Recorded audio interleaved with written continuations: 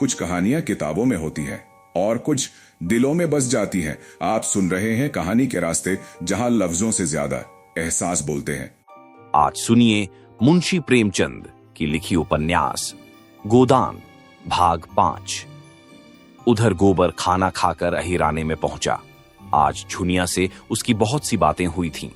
जब वह गाय लेकर चला था तो झुनिया आधे रास्ते तक उसके साथ आई थी। गोबर अकेला गाय को कैसे ले जाता? अपरिचित व्यक्ति के साथ जाने में उसे आपत्ति होना स्वाभाविक था।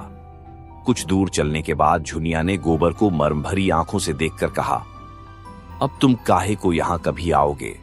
एक दिन पहले तक गोबर कुमार था। गांव में जितनी युवतियां थीं वह या तो उसकी बहनें थीं या भाभियां। बहनों से तो कोई छेड़छाड़ हो ही क्या सकती थी। भाभियां अलबत्ता कभी कभी उसे ठठोली किया करती थीं, लेकिन वह केवल सरल विनोद होता था। उनकी दृष्टि में अभी उसके यौवन में केवल फूल लगे थे। जब तक फल न लग जाए उस पर ढेले फेंकना व्यर्थ की बात थी, और किसी ओर से प्रोत्साहन न पाकर उसका कौमार्य उसके गले से चिपटा हुआ था। झुनिया का वंचित मन, जिसे भाभियों के व्यंग और हास विलास ने और भी लोलुप बना दिया था, उसके कौमार्य ही पर ललचा उठा, और उस कुमार में भी पत्ता खड़कते ही किसी सोए हुए शिकारी जानवर की तरह यौवन जाग उठा। गोबर ने आवरणहीन रसिकता के साथ कहा, अगर भिक्षुक को भीख मिलने की आशा हो तो वह दिन भर और रात भर दाता के द्वार पर खड़ा रहे। झुनिया ने कटाक्ष करके कहा, तो यह कहो तुम भी मतलब के यार हो। गोबर की धमनियों का रक्त प्रबल हो उठा। बोला, भूखा आदमी अगर हाथ फैलाए तो उसे क्षमा कर देना चाहिए। झुनिया और गहरे पानी में उतरी। भिक्षुक जब तक 10 द्वारे न जाए उसका पेट कैसे भरेगा? मैं ऐसे भिक्षुकों को मुंह नहीं लगाती। ऐसे तो गली गली मिलते हैं। फिर भिक्षुक देता क्या है? असीस। असीसों से तो किसी का पेट नहीं भरता। मंद बुद्धि गोबर झुनिया का आशय न समझ सका। झुनिया छोटी सी थी, तभी से ग्राहकों के घर दूध लेकर जाया करती थी। ससुराल में उसे ग्राहकों के घर दूध पहुंचाना पड़ता था। आजकल भी दही बेचने का भार उसी पर था। उसे तरह तरह के मनुष्यों से साबिका पड़ चुका था। 2-4 रुपए उसके हाथ लग जाते थे। घड़ी भर के लिए मनोरंजन भी हो जाता था, मगर यह आनंद जैसे मंगनी की चीज हो। उसमें टिकाव न था, समर्पण न था, अधिकार न था। वह ऐसा प्रेम चाहती थी जिसके लिए वह जिए और मरे, जिस पर वह अपने को समर्पित कर दे। वह केवल जुगनू की चमक नहीं, दीपक का स्थायी प्रकाश चाहती थी। वह एक गृहस्थ की बालिका थी, जिसके गृहिणीत्व को रसिकों की लगावटबाजियों ने कुचल नहीं पाया था। गोबर ने कामना से उद्दीप्त मुख से कहा, भिक्षुक को एक ही द्वार पर भरपेट मिल जाए तो क्यों द्वार द्वार घूमे? झुनिया ने सदैव भाव से उसकी ओर ताका। कितना भोला है, कुछ समझता ही नहीं। भिक्षुक को एक द्वार पर भरपेट कहां मिलता है? उसे तो छुटकी ही मिलेगी। सरबस तो तभी पाओगे जब अपना सरबस दोगे। मेरे पास क्या है झुनिया? तुम्हारे पास कुछ नहीं है। मैं तो समझती हूं मेरे लिए तुम्हारे पास जो कुछ है वह बड़े बड़े लखपतियों के पास नहीं है। तुम मुझसे भीख न मांगकर मुझे मोल ले सकते हो। गोबर उसे चकित नेत्रों से देखने लगा। झुनिया ने फिर कहा, और जानते हो दाम क्या देना होगा? मेरा होकर रहना पड़ेगा। फिर किसी के सामने हाथ फैलाए देखूंगी तो घर से निकाल दूंगी। गोबर को जैसे अंधेरे में टटोलते हुए इच्छित वस्तु मिल गई। एक विचित्र भय मिश्रित आनंद से उसका रोम रोम पुलकित हो उठा। लेकिन यह कैसे होगा? झुनिया को रख ले तो रखेली को लेकर घर में रहेगा कैसे? बिरादरी का झंझट जो है, सारा गांव कांव कांव करने लगेगा। सभी दुश्मन हो जाएंगे।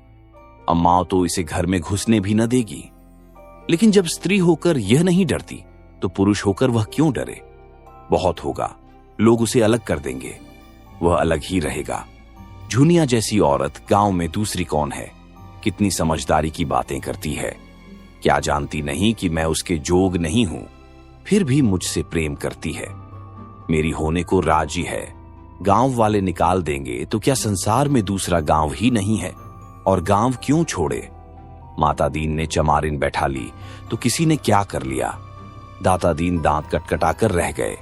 माता दीन ने इतना जरूर किया कि अपना धर्म बचा लिया। अब भी बिना स्नान पूजा किए मुंह में पानी नहीं डालते। दोनों जून अपना भोजन आप पकाते हैं और अब तो अलग भोजन नहीं पकाते। दाता दीन और वह साथ बैठकर खाते हैं। झिंगुरी सिंह ने बामहनी रख ली। उनका किसी ने क्या कर लिया। उनका जितना आदर मान तब था उतना ही आज भी है, बल्कि और बढ़ गया। पहले नौकरी खोजते फिरते थे, अब उसके रुपए से महाजन बन बैठे।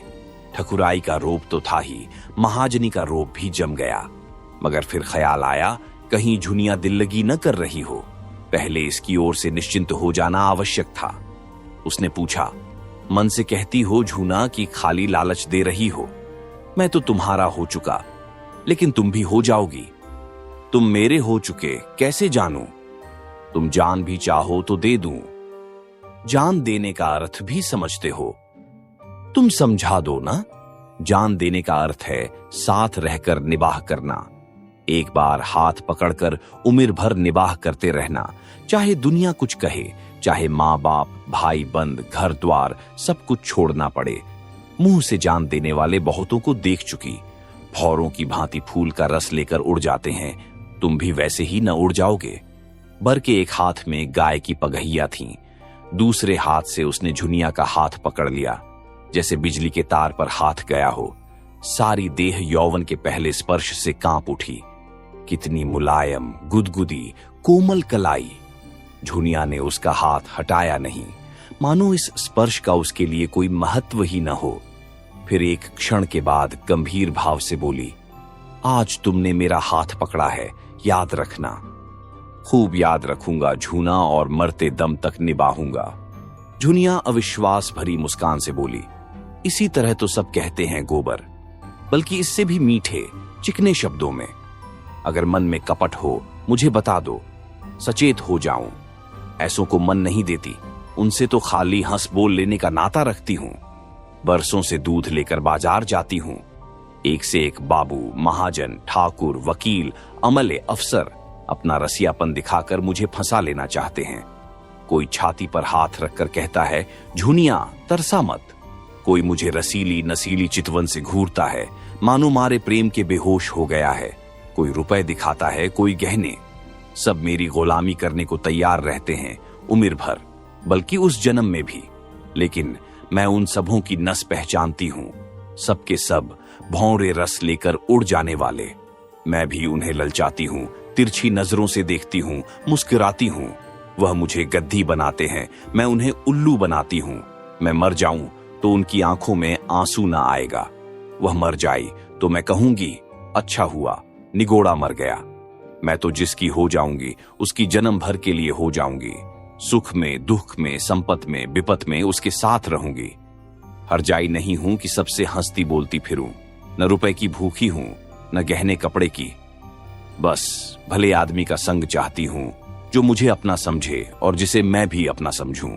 एक पंडित जी बहुत तिलक मुद्रा लगाते हैं, आध सेर दूध लेते हैं। एक दिन उनकी घरवाली कहीं नेवते में गई थी, मुझे क्या मालूम, और दिनों की तरह दूध लिए भीतर चली गई। वहां पुकारती हूं, बहू जी, बहू जी। कोई बोलता ही नहीं। इतने में देखती हूं तो पंडित जी बाहर के किवाड़ बंद किए चले आ रहे हैं। मैं समझ गई इसकी नीयत खराब है। मैंने डांट कर पूछा, तुमने किवाड़ क्यों बंद कर लिए? क्या बहू जी कहीं गई हैं? घर में सन्नाटा क्यों है? उसने कहा, वह एक नेवते में गई हैं, और मेरी ओर 2 पग और बढ़ाया। मैंने कहा, तुम्हें दूध लेना हो तो लो, नहीं मैं जाती हूं। बोला, आज तो तुम यहां से न जाने पाओगी झूनी रानी।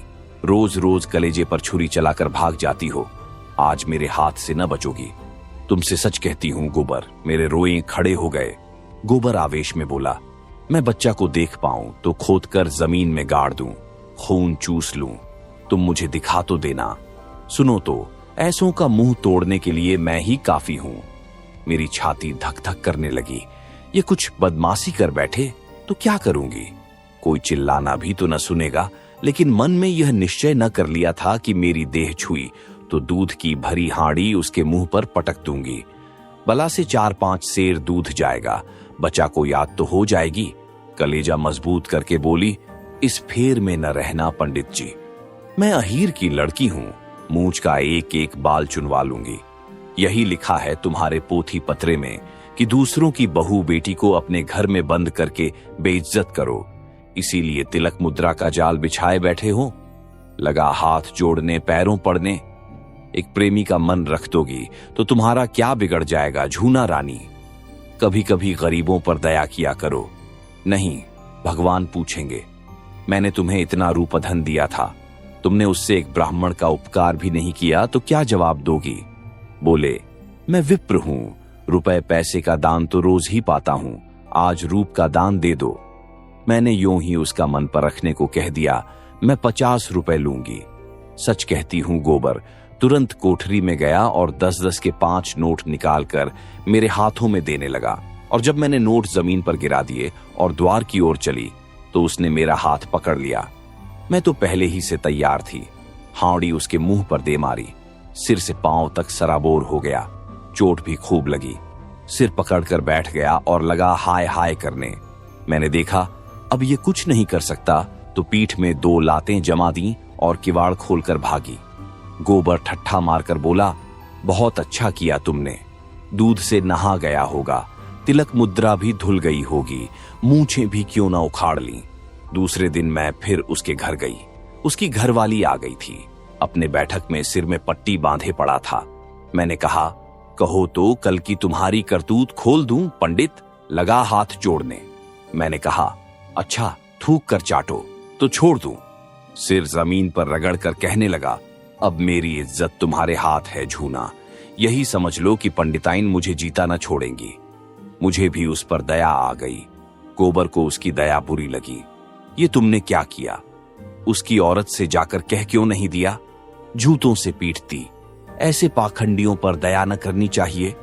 तुम मुझे कल उनकी सूरत दिखा दो, फिर देखना कैसी मरम्मत करता हूं। झुनिया ने उसके अर्ध विकसित यौवन को देखकर कहा, तुम उसे न पाओगे, खासा देव है, मुफ्त का माल उड़ाता है कि नहीं। गोबर अपने यौवन का यह तिरस्कार कैसे सहता?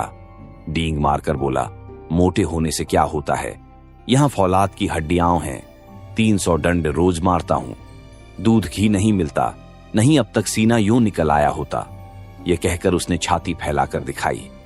झुनिया ने आश्वस्त आंखों से देखा, अच्छा कभी दिखा दूंगी, लेकिन यहां तो सभी एक से हैं, तुम किस किस की मरम्मत करोगे? न जाने मर्दों की क्या आदत है कि जहां कोई जवान सुंदर औरत देखी और बस लगे घूरने, छाती पीटने। और ये जो बड़े आदमी कहलाते हैं, ये तो निरे लंपट होते हैं। फिर मैं तो कोई सुंदरी नहीं हूं। गोबर ने आपत्ति की, तुम्हें देखकर तो यही जी चाहता है कि कलेजे में बिठा लें। झुनिया ने उसकी पीठ में हल्का सा घूंसा जमाया। लगे औरों की तरह तुम भी चापलूसी करने। मैं जैसी कुछ हूं वह मैं जानती हूं, मगर इन लोगों को तो जवान मिल जाए, घड़ी भर मन बहलाने को और क्या चाहिए। गुण तो आदमी उसमें देखता है जिसके साथ जन्म भर निबाह करना हो। सुनती भी हूं और देखती भी हूं। आजकल बड़े घरों की विचित्र लीला है। जिस महल्ले में मेरी ससुराल है उसी में गपड़ू गपड़ू नाम के काश्मीरी रहते थे। बड़े भारी आदमी थे। उनके यहाँ 5 सेर दूध लगता था। उनकी 3 लड़कियां थीं, कोई 20-20, 25-25 की होंगी, एक से एक सुंदर। तीनों बड़े कॉलेज में पढ़ने जाती थीं। एक साइथ कॉलेज में पढ़ाती भी थी। 300 का महीना पाती थी। सितार वह सब बजावें, हारमोनियाओं वह सब बजावें, नाचें वह, गावें वह, लेकिन ब्याह कोई न करती थी। राम जाने वह किसी मर्द को पसंद नहीं करती थी कि मर्द उन्हीं को पसंद नहीं करता था। एक बार मैंने बड़ी बीबी से पूछा तो हंसकर बोली, हम लोग यह रोग नहीं पालते, मगर भीतर ही भीतर खूब गुलछर्रे उड़ाती थीं। जब देखूं 2-4 लौंडे उनको घेरे हुए हैं। जो सबसे बड़ी थी वह तो कोट पतलून पहनकर घोड़े पर सवार होकर मर्दों के साथ सैर करने जाती थी। सारे शहर में उनकी लीला मशहूर थी। कपड़ू बाबू सिर नीचा किए जैसे मुंह में कालिक सी लगाए रहते थे। लड़कियों को डांटते थे, समझाते थे, पर सबकी सब खुल्लम खुल्ला कहती थीं, तुमको हमारे बीच में बोलने का कुछ मजाल नहीं है। हम अपने मन की रानी हैं, जो हमारी इच्छा होगी वह हम करेंगे। बेचारा बाप जवान जवान लड़कियों से क्या बोले, मारने बांधने से रहा, डांटने डपटने से रहा, लेकिन भाई बड़े आदमियों की बातें कौन चलाए। वह जो कुछ करें सब ठीक है, उन्हें तो बिरादरी और पंचायत का भी डर नहीं। मेरी समझ में तो यही नहीं आता कि किसी का रोज रोज मन कैसे बदल जाता है। क्या आदमी गाय बकरी से भी गया बीता हो गया है? लेकिन किसी को बुरा नहीं कहती भाई, मन को जैसा बनाओ वैसा बनता है।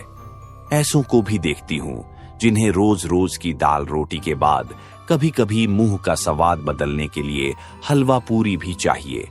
और ऐसों को भी देखती हूं जिन्हें घर की रोटी दाल देखकर ज्वर आता है। कुछ बेचारियां ऐसी भी हैं जो अपनी रोटी दाल में ही मग्न रहती हैं, हलवा पूरी से उन्हें कोई मतलब नहीं। मेरी दोनों भावजों ही को देखो, हमारे भाई काने कुबड़े नहीं हैं, 10 जवानों में एक जवान है, लेकिन भावजों को नहीं भाते। उन्हें तो वह चाहिए जो सोने की बालियां बनवाए, महीन साड़ियां लाए, रोज चाट खिलाए। बालियां और मिठाइयां मुझे भी कम अच्छी नहीं लगती, लेकिन जो कहो कि इसके लिए अपनी लाज बेचती फिरूं तो भगवान इससे बचाए। एक के साथ मोटा झोटा खा पहनकर उम्र काट देना, बस अपना तो यही राग है। बहुत करके तो मर्द ही औरतों को बिगाड़ते हैं। जब मर्द इधर उधर ताक झांक करेगा तो औरत भी आंख लड़ाएगी। मर्द दूसरी औरतों के पीछे दौड़ेगा तो औरत भी जरूर मर्दों के पीछे दौड़ेगी। मर्द का हरजाईपन औरत को भी उतना ही बुरा लगता है जितना औरत का मददम को। यही समझ लो, मैंने तो अपने आदमी से साफ साफ कह दिया था, अगर तुम इधर उधर लपके तो मेरी भी जो इच्छा होगी वह करूंगी। ये चाहो कि तुम तो अपने मन की करो और औरत को मार के डर से अपने काबू में रखो तो यह न होगा। तुम खुले खर्जाने करते हो, वह छिपकर करेगी। तुम उसे जलाकर सुखी नहीं रह सकते। गोबर के लिए यह एक नई दुनिया की बातें थीं। तन्मय होकर सुन रहा था। कभी कभी तो आप ही आप उसके पांव रुक जाते, फिर सचेत होकर चलने लगता। जुनिया ने पहले अपने रूप से मोहित किया था, आज उसने अपने ज्ञान और अनुभव से भरी बातों और अपने सतीत्व के बखान से मुग्ध कर लिया। ऐसी रूप गुण ज्ञान की आगरी उसे मिल जाए तो धन्य भाग। फिर वह क्यों पंचायत और बिरादरी से डरे। जुनिया ने जब देख लिया कि उसका गहरा रंग जम गया तो छाती पर हाथ रखकर जीभ दांत से काटती हुई बोली, अरे यह तो तुम्हारा गांव आ गया। तुम भी बड़े मुरहे हो, मुझसे कहा भी नहीं कि लौट जाओ। ये कहकर वह लौट पड़ी। गोबर ने आग्रह करके कहा, एक क्षण के लिए मेरे घर क्यों नहीं चली चलती? अम्माओं भी तो देख लें। जुनिया ने लज्जा से आंखें चुराकर कहा, तुम्हारे घर यूं न जाऊंगी। मुझे तो यही अचरज होता है कि मैं इतनी दूर कैसे आ गई। अच्छा बताओ अब कब आओगे? रात को मेरे द्वार पर अच्छी संगत होगी, चले आना, मैं अपने पिछवाड़े मिलूंगी। और जो न मिली तो लौट जाना। तो फिर मैं न आऊंगा। आना पड़ेगा, नहीं कहे देती हूं। तुम भी वचन दो कि मिलोगी। मैं वचन नहीं देती तो मैं भी नहीं आता। मेरी बला से। जुनिया अंगूठा दिखाकर चल दी। प्रथम मिलन में ही दोनों एक दूसरे पर अपना अपना अधिकार जमा चुके थे। जुनिया जानती थी वह आएगा, कैसे ना आएगा। गोबर जानता था वह मिलेगी, कैसे न मिलेगी। गोबर जब अकेला गाय को हाँकता हुआ चला तो ऐसा लगता था मानो स्वर्ग से गिर पड़ा है। आप सुन रहे थे मुंशी प्रेमचंद की लिखी उपन्यास गोदान।